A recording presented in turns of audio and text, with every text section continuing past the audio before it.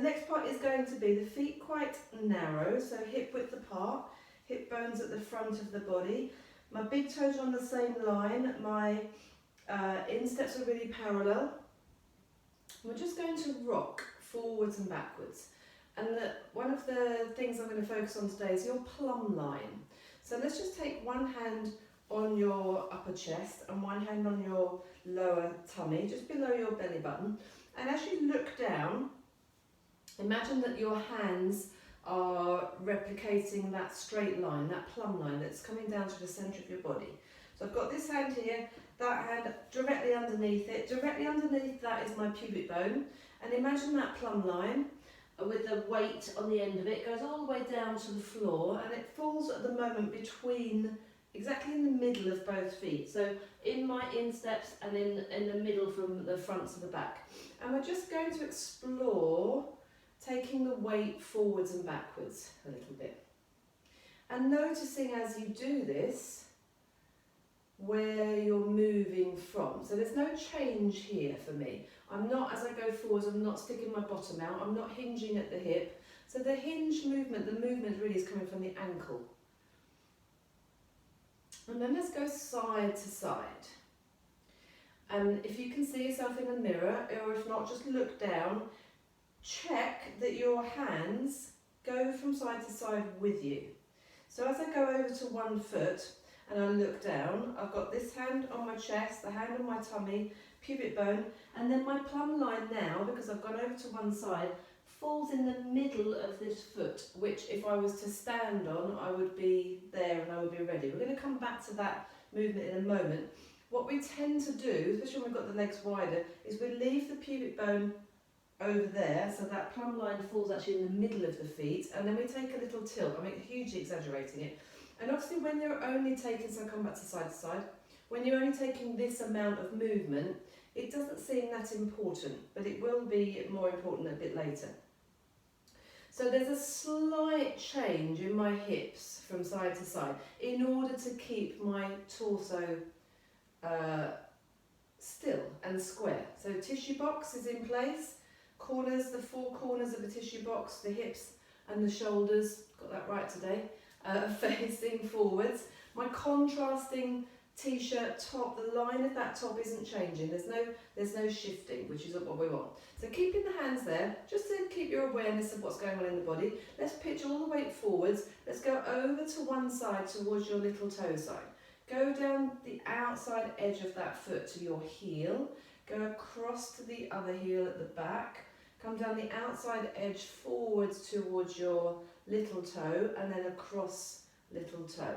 And now continue going in that same direction and smooth out those edges into a circle. And I'm just looking down. You could close your eyes, it might be a bit scary, but you could give it a go. And I'm just noticing that this plumb line, my hands, I can see my hands in the mirror, they're staying the same. And actually if you look down, and then I can imagine that lead weight is taking that circle. Let's go the other way. So pitching forwards, over to the other little toe, down to the back heel, across to the other heel, forwards on the outside edge to the little toe, and across. Keep going in the same direction. Probably the second direction, so the one that you don't go for first, will always be a little bit more awkward. Just that's the way our brains are wired. And it's good to just iron out that awkwardness, if you like.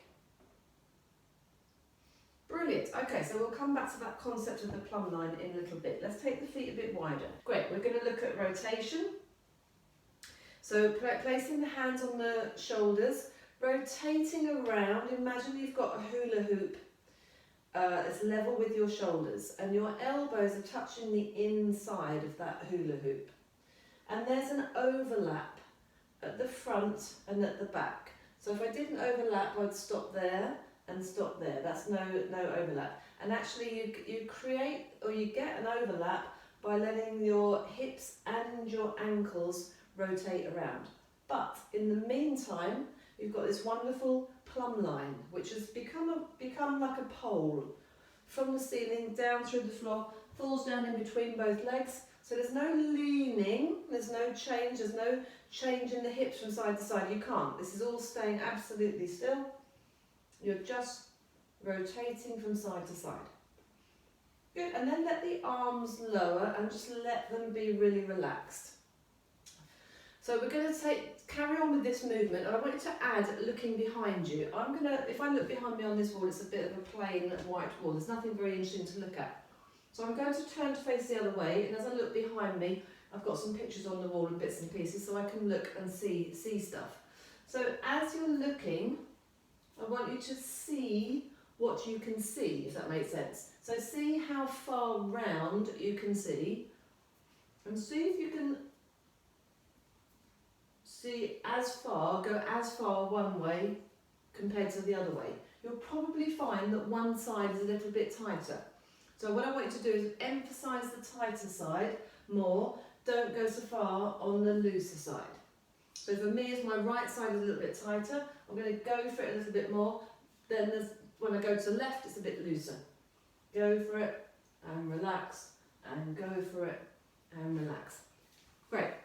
So always trying to address our imbalances in the body. We're tighter on one side, stronger on one side, but just trying to even that out if you can. Okay, so let's come back to that plumb line and with your hands on your torso and the feet nice and wide now. We're going to transfer our weight from side to side. So this is about weight transference, but it's also about keeping that plumb line in the body. And then we're going to try and change that and change it into a different angle. So I've got one hand on my chest, one hand on my tummy, looking down. The plumb line is falling completely between both feet. Feet are quite wide, just outside the shoulder width apart. I'm going to transfer my weight all the way over to one side. And I'm going to look down again. My hands are one above each other, and that's above my pubic bone. And then my plumb line, if it was to be there, is in the middle of that foot that I'm standing on. What you might find is that as you look down, I'm hugely exaggerating this, but you might find that you look down, this hand is where it should be, that hand is off at a jaunty angle, and the plumb line essentially is not over this standing foot. So you have to sort of, it's not pushing and it's not sinking, but it's just taking this hip over to the side. Come back to the middle.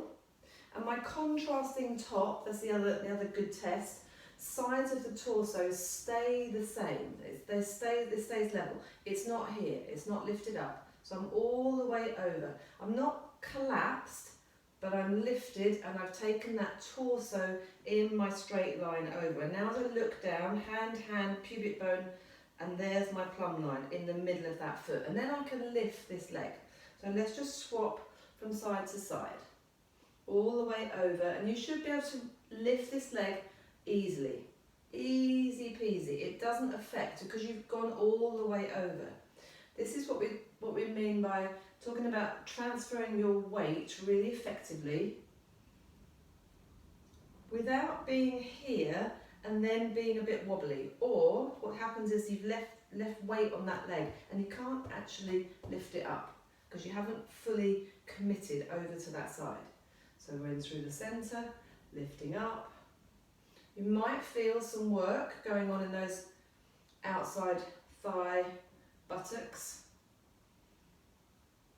because this sideways motion uses those muscles. Good. Same thing, arms out to the side. Keep your arms parallel to the floor. So I call this stars. So we're going from side to side, fully committing, hold it on the one side, have a look down.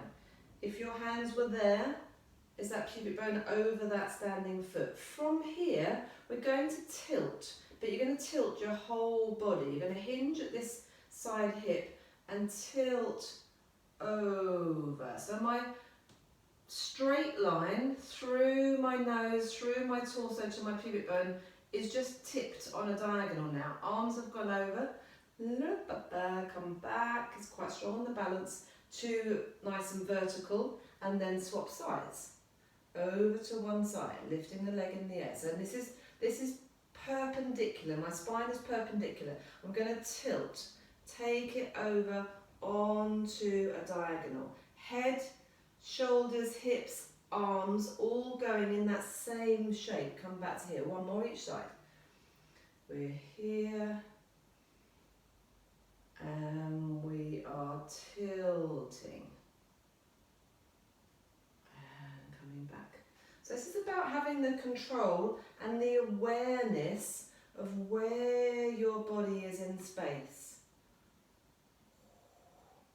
One side, always a little bit easier than the other, and relax. Well done. Give our legs a bit of a shake out.